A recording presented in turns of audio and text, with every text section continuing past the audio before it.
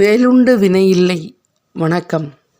நான் இன்னைக்கு பரணி நட்சத்திரத்தை பற்றிய பொதுவான தகவல்களை நான் உங்கள்கிட்ட சொல்கிறேன். பரணி நட்சத்திரம் 2வது நட்சத்திரம். இது மேசராசியில் வரும். பரணி நட்சத்திரம் சுக்கிர மகாதிசையில் தான் ஜனனம் எடுக்கிறாங்க. இந்த பரணி நட்சத்திரத்துக்காரவங்க நேர்மையானவங்களாக இருப்பாங்க.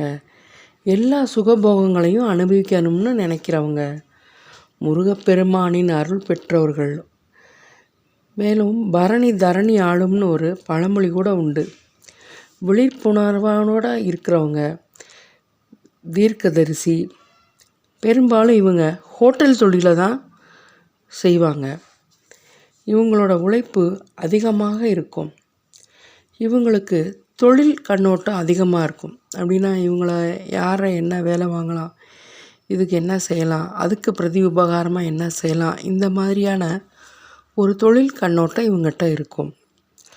வள்ளி தெய்வ யானையோடு இருக்கிற முருகனோட சிலையை வீட்டில் வச்சு சாமி கும்பிட்டா இவங்களுக்கு வளர்ச்சி மேலோங்கி இருக்கும். பொதுவாக இவங்கள உலகம் சுற்றும் வாலிபன்னு சொல்லுவாங்க. போற்றும் குணம் கொண்ட பரணி நட்சத்திரக்காரங்கன்னு சொல்லுவாங்க. பல வித்தைகளை இவங்க தெரிஞ்சு வச்சுருப்பாங்க. வெற்றி அதிகமாக கிடைக்கும்.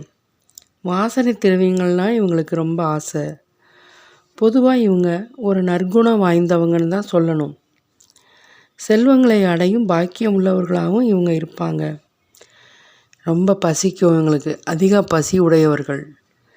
இனிமையாக பேசுவாங்க. பெரும்பாலும் இவங்ககிட்ட பண விஷயத்தில் ஒரு சங்கடம் இருந்துக்கிட்டே தான் இருக்கும். வெளிநாடு செல்லும் யோகமும் இவங்ககிட்ட இருக்கும். வசீகர தோற்றம் இருக்கும். முகத்தில் ஒரு புன்னகையும் இவங்கள்ட்ட எப்போவுமே இருக்கும். இவங்களோட வாழ்க்கை துணையை ஒரு அண்டர்ஸ்டாண்டிங்காக இருக்கிற மாதிரியும், ஒரு ஃப்ரெண்டு மாதிரி இருக்கிற வாழ்க்கை துணை இவங்களுக்கு கிடைச்சா கண்டிப்பாக இந்த பரணி தரணி ஆளுங்க. பரணி நட்சத்திரக்காரங்க தாயின் மேலே ரொம்ப பாசம் வச்சுருப்பாங்க. தாயின் சொல்ல தட்ட மாட்டாங்க. தாய்க்கு அதிக மரியாதை கொடுத்து முக்கியத்துவம் கொடுப்பாங்க. அப்படி இருந்தால் அவங்க வாழ்க்கையில் நல்லா இருப்பாங்க. ஷேர் மார்க்கெட்டை இவங்க அவாய்ட் பண்ணணும்.